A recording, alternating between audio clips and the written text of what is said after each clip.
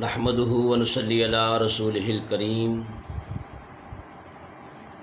اما بعد فاعوذ بالله من الشيطان الرجيم بسم الله الرحمن الرحيم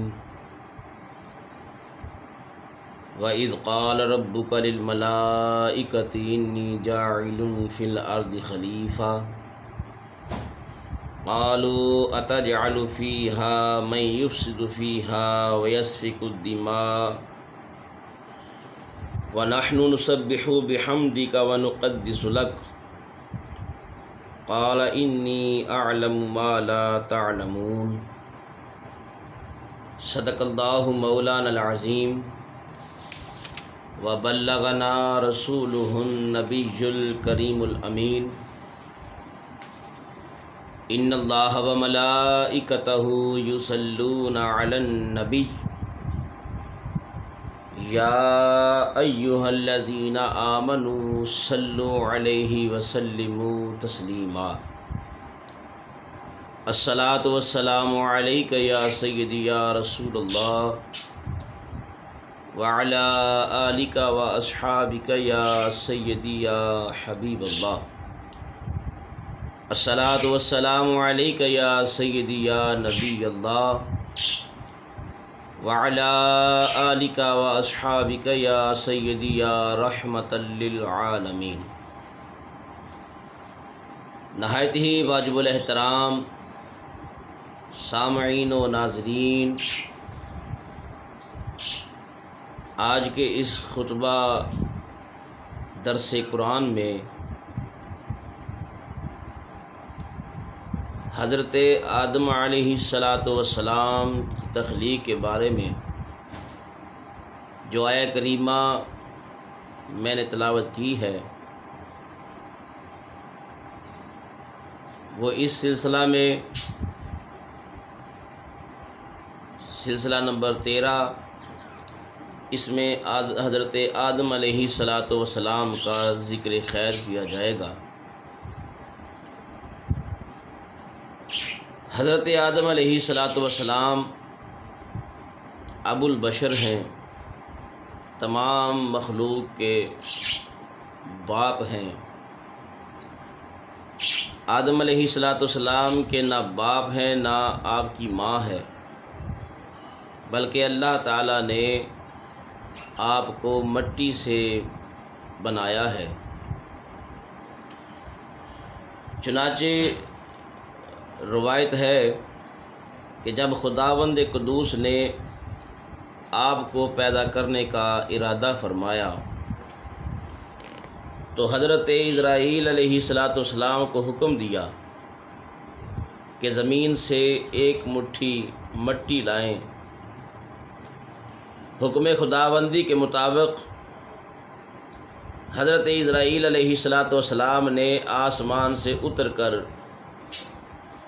زمین سے ایک مٹھی مٹی اٹھائی تو پوری روئے زمین کی اوپری پرت چھلکے کی طرح چھلکے کے مانند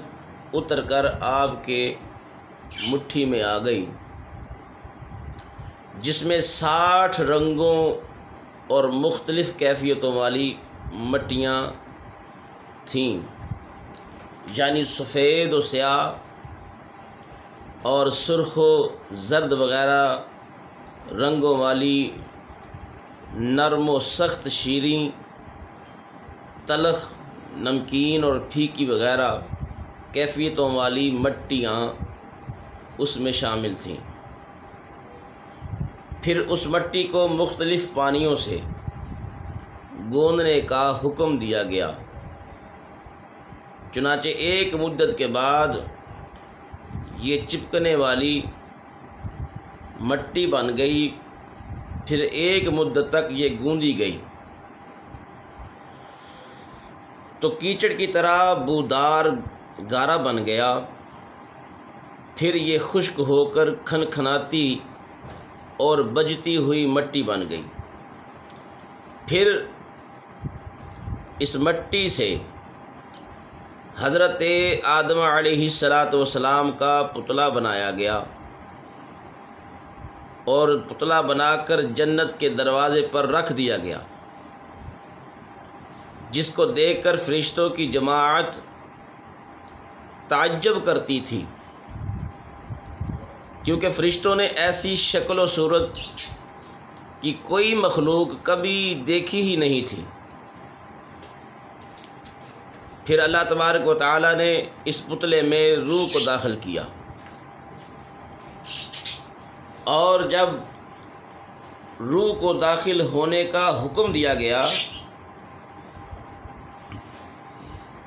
تو روح داخل ہو کر جب آپ کے نتنوں میں پہنچی تو آپ کو چھینک آئی، اور جب روح زبان تک پہنچ گئی تو آپ نے الحمدللہ پڑھا،